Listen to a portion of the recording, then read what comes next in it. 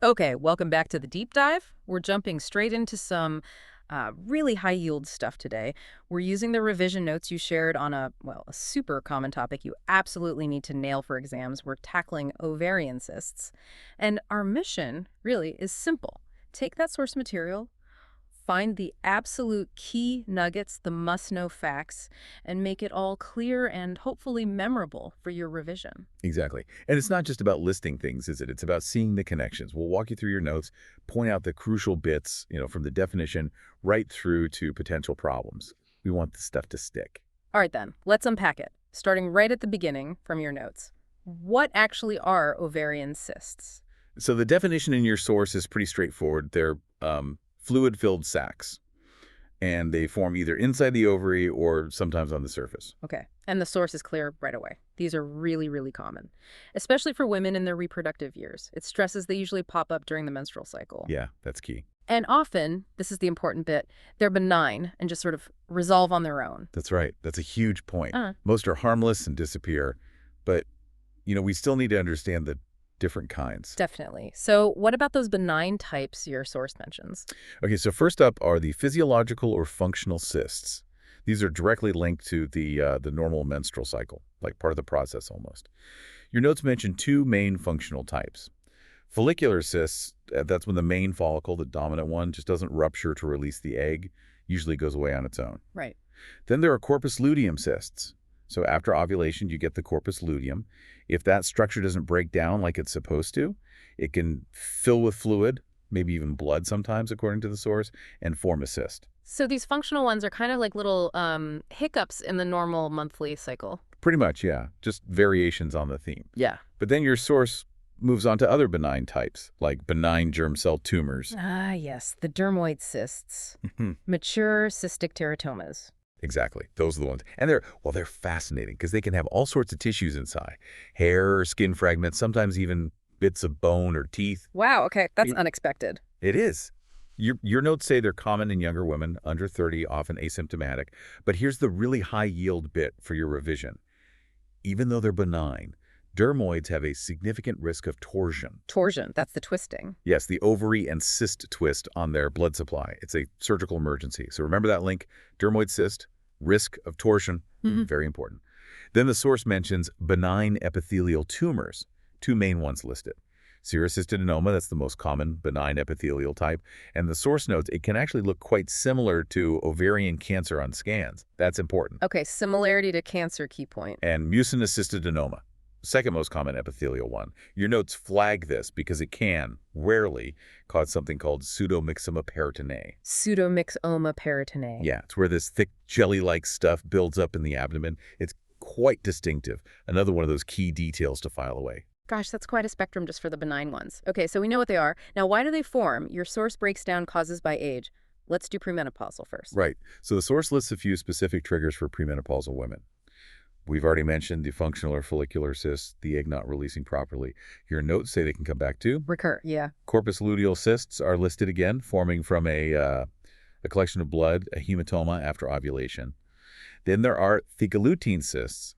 These are interesting. They form when ovarian cells react to really high levels of HCG, the pregnancy hormone. Okay, high HCG. So when might that happen? Well, your source links them to specific things. Having twins or triplets, so multifetal gestation. Also, certain types of abnormal pregnancy tissue growth called trophoblastic neoplasia, and sometimes from fertility treatments using gonadotropins. Those links are definitely things to remember. Got it. Multifetal pregnancy, trophoblastic disease, fertility treatment. Dermoid cysts, the teratomas, pop up here as a cause too. Yeah. Common, benign surgery sometimes needed. PCOS, polycystic ovary syndrome, is another big one your source lists.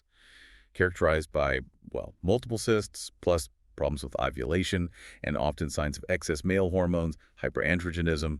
It's a whole syndrome. Right. PCOS is a major topic in itself. Then endometriotic cysts, or endometriomas. Your source calls them chocolate cysts. Ah, yes, because of the old blood inside. Exactly, dark old blood. From endometrial tissue growing where it shouldn't on the ovary. That visual is a good memory aid. Definitely. Your notes also mention temporary cysts in early pregnancy, just helping out until the placenta takes over. Okay. And finally, severe pelvic infections. They can sometimes lead to pus-filled cysts often called tubo-ovarian abscesses. That's a pretty full list for premenopausal causes. What about after menopause? Your source seems to narrow it down quite a bit. It does, and that's a really critical distinction for, risk assessment. In postmenopausal women, your notes basically say it's either a benign non-cancerous growth or cancer. Right. That's the worry. And the source strongly emphasizes that malignancy is much more common in older women, especially if the cyst looks complex on the scan, or if there's fluid in the abdomen, ascites. That age difference in cancer risk is probably one of the most vital takeaways. Okay, super important point. Now, risk factors. Are there things that make cysts more likely or less likely? Your source covers both. Yes. So risk factors mentioned include genetic predisposition, and it specifically names BRCA1, BRCA2, and Lynch syndrome. These are mainly known for cancer risk, but maybe they influence benign cysts too, or just heighten suspicion. Okay, those gene names are key. Other risks listed: infertility, having endometriosis, which makes sense given endometrioma is smoking, and using an IUD, an intrauterine device. Interesting about the IUD and protective factors, things that make them less likely. Your source lists a few here too. Past use of oral contraceptives, so the pill, past breastfeeding, specifically for over 12 months, having had tubal ligation tubes tied, and previous pregnancy. Huh. So things like being on the pill or having kids actually reduces the risk. That feels a bit counterintuitive, maybe. It does seem that way sometimes, doesn't it? But yeah, according to your source, they're protective. It's a good detail to lock down because it might not be immediately obvious. Okay, so we've got the what and the why. Let's touch briefly on the how. Pathophysiology, how do they actually develop? The core idea in your source is basically a disruption of that normal ovarian process, growing the follicle, releasing the eggs. Something goes slightly wrong there. And as we talked about, the main types, follicular, corpus luteum, endometriomas, dermoids, they all relate back to this disruption or to tissue being in the wrong place and forming a cyst. Right. And your notes point out they're not always static. They can grow, cause symptoms, or crucially, they can rupture or twist. That links the how they form directly to the what can go wrong. Okay, this next bit feels like prime revision material. Differential diagnoses. If someone has pelvic pain, it might be a cyst, but your source lists loads of other things it could be. Absolutely. This is where you earn your points in exams, thinking through the possibilities. A structured approach is vital. Your source groups them, which helps. First, general things causing similar pain. You cannot miss these. Ectopic pregnancy, always rule that out. Top of the list. Ovarian tumors, benign or malignant, PID, pelvic inflammatory disease, or even non-gynae stuff like appendicitis presenting low down. Right, could be anything almost. Well, yeah, the pelvis is a busy place. Then the source gets more specific under the heading of adnexal masses, things near the uterus and ovaries. It's a long list, but maybe think gynae versus non-gynae. Okay, gyne first. So gynae adnexal masses include all those benign ovarian cysts we already discussed. Sure. Functional, luteal, the biliacal lutein, PCOS ones, endometriomas, cystadenomas, dermoids, the sex cord stromal ones, but crucially also the malignant ovarian cancers. Epithelial carcinoma, borderline tumors, malignant germ cell, malignant sex cord stromal. You've got to distinguish benign germ cell, dermoid, from malignant germ cell. Key distinction. Also, tubal problems. Ectopic pregnancy, again, see how important it is. Hydrosalpinx, a blocked, fluid-filled tube. And even rare malignant tubal cancers. And then benign things near the ovary or tube, but not on them, like paraovarian cysts, uterine fibroids, leiomyomas, or a tubo-ovarian abscess from infection. Okay, that's a lot just under gynae. What about non-gynae causes in the pelvis? Your source includes those too. Benign things like really bad constipation packing the bowel, or an abscess from appendicitis or diverticulitis. Even a pelvic kidney one that didn't move up properly can feel like a mass sometimes. A pelvic kidney, wow. And then unfortunately, non-gynecological malignant causes. Cancers of the appendix or bowel presenting as a pelvic mass. Or metastasis cancer spreading from elsewhere, like breast, colon, or lymphoma settling in the pelvis. Phew. Okay. Looking at that whole list from your source, it really shows you can't just jump to conclusions, can you? Pain or a lump doesn't automatically equal simple cyst. That differential diagnosis section is pure gold for revision, makes you think broadly. So how common are ovarian cysts overall? Does the source give UK figures? It mentions the UK context, yeah, but it says precise data isn't always easy to find, which is, an interesting point in itself. But it confirms they are common, affecting women of all ages, most frequent during reproductive years, less common after menopause, which fits with what we said about risk changing with age. Right, makes sense. Now let's get into the clinical presentation. This is really useful stuff. What does a patient actually feel or experience? Well, the most common presentation, according to your source, is actually nothing. Asymptomatic, often found by chance on a scan done for something else entirely. Okay, incidental finding. But what if they do have symptoms? Then the source lists the main ones. Pelvic pain or discomfort, often a dull ache, pressure, maybe on one side, left or right, lower belly, abdominal distension or feeling bloated.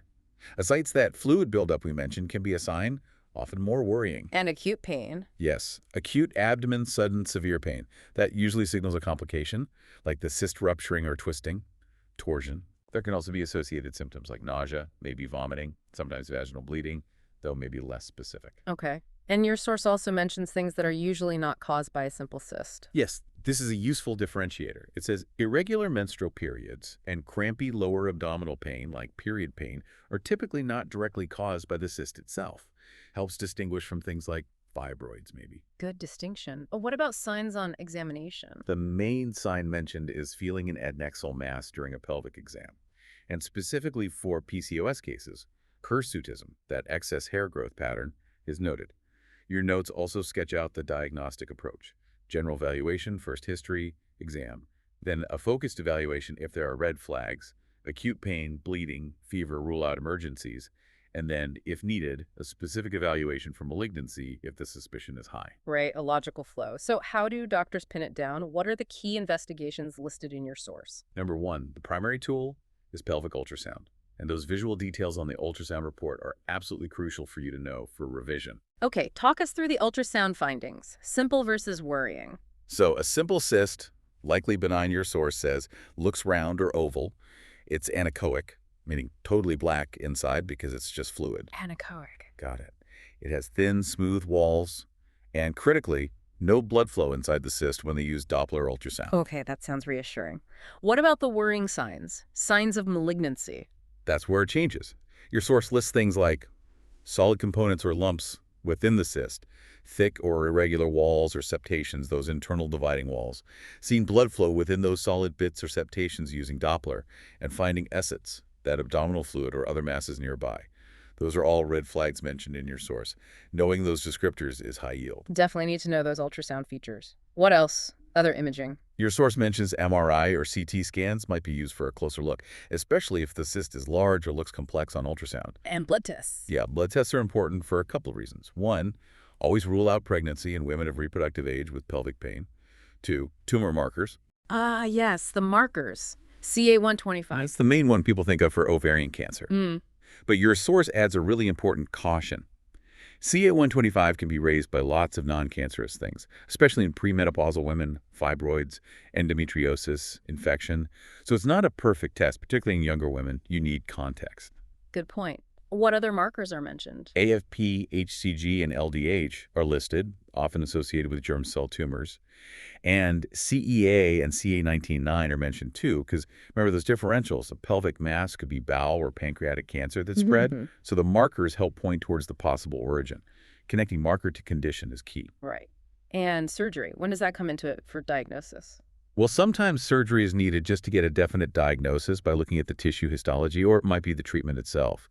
But your source gives some really crucial warnings about just draining cysts aspiration that you must remember. Okay, what are the warnings? Avoid aspiration in postmenopausal women.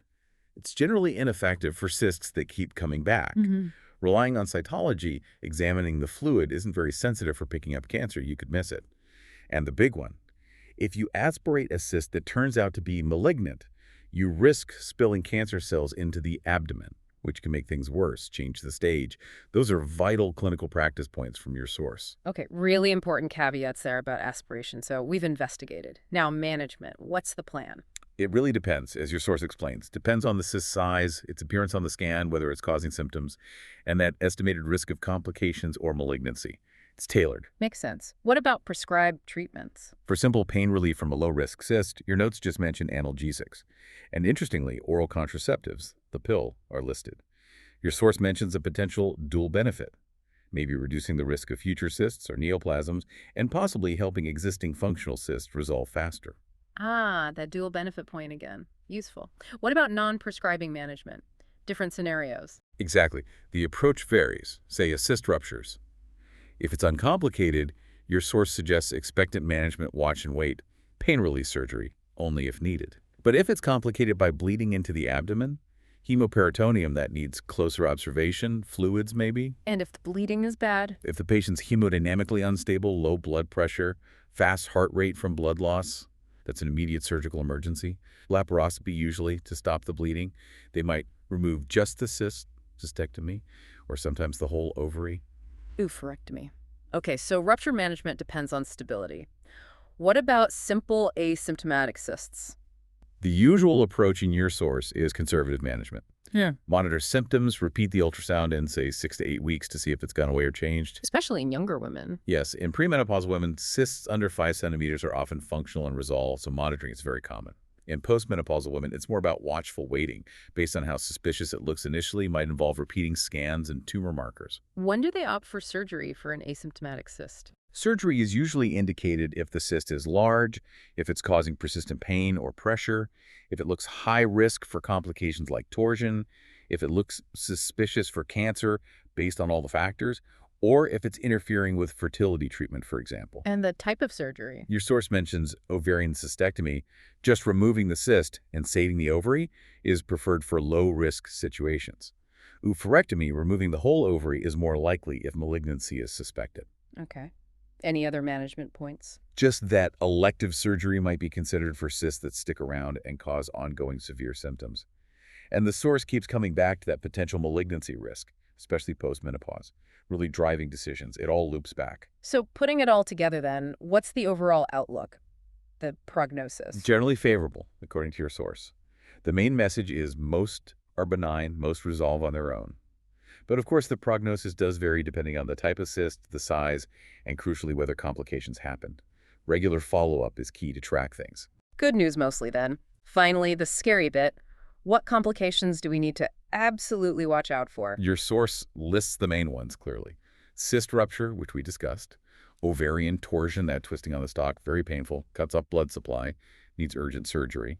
Infection of the cyst. And the rare but critical one, the cyst being or becoming cancerous. And the consequences. Severe pain, internal bleeding, infection.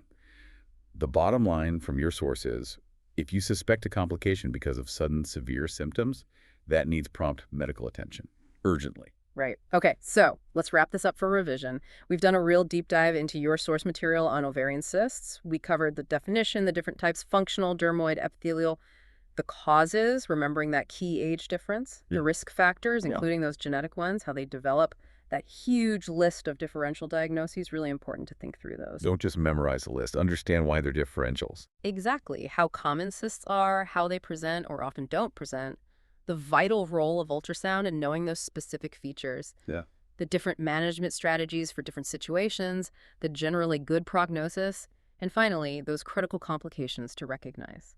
I think the absolute core thing for your revision is getting those distinctions clear in your head. Functional versus other benign types. Simple versus complex or suspicious on ultrasound. Knowing when the alarm bells should ring, especially regarding age and symptoms guiding whether you monitor or investigate further. Right. And understanding the why behind tests like CA125, including its limitations. So for you, revising this, lock down those specifics we highlighted. The CUMPA lutein cyst associations, BRCA and Lynch. What solid components and septations mean on a scan, the different ways to manage a rupture, maybe even test yourself. Pick a symptom like pelvic pain and list 5 key differentials from that list in your source. You know, this brings up a really interesting point for clinical practice, doesn't it? Simple, benign cysts are so incredibly common, most needing nothing done. But ovarian cancer or torsion are serious. So how do we strike that balance between being vigilant enough not to miss the bad stuff, but not over-investigating or worrying people unnecessarily? That's a great thought to leave things on, finding that balance. Something definitely worth pondering as you consolidate all this information. We really hope this deep dive has given your revision a solid boost. And remember, if you're prepping for the MSRA or similar exams, your source material points towards passthemsra.com for more in-depth resources. That's passthemsra.com. And for a load of free practice questions to test yourself on topics just like this one, check out freemsra.com. freemsra.com. Definitely worth a look. Okay, that's it for this deep dive. Good luck with your studies.